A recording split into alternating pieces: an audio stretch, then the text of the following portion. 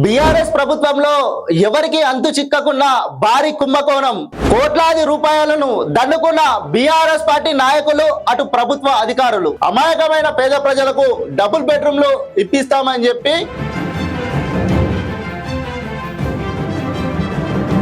వారి దగ్గర డబ్బులు లక్షలాల్లో డబ్బులు వసూలు చేసి వారికి డబుల్ బెడ్రూమ్లు కూడా ఇవ్వలేదు.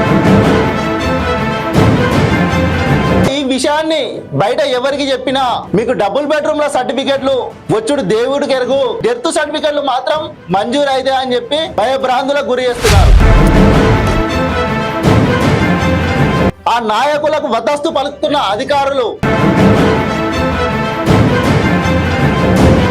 బెడ్రూమ్ల కోసం ఇంకా కూడా ఆ అమాయకమైన పేద ప్రజలు తిరుగుతూనే ఉన్నారు.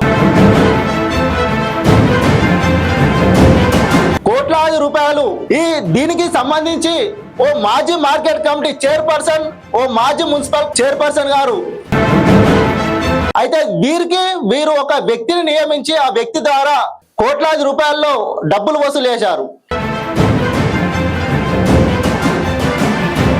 ఈ డబుల్ బెడ్రూమ్ లో సంబంధించిన ఏదైతే ఈ పట్టా సర్టిఫికెట్లు అయినా డబ్బుల విషయంలో అయినా ఎవరెవరు ఏ నాయకులు ఎంత తీసుకున్నారని దానిపైన త్వరలో మీ ముందుకు మన కార్తవ్యం న్యూస్ ద్వారా మీ బండారాన్ని బయట పెట్టాం.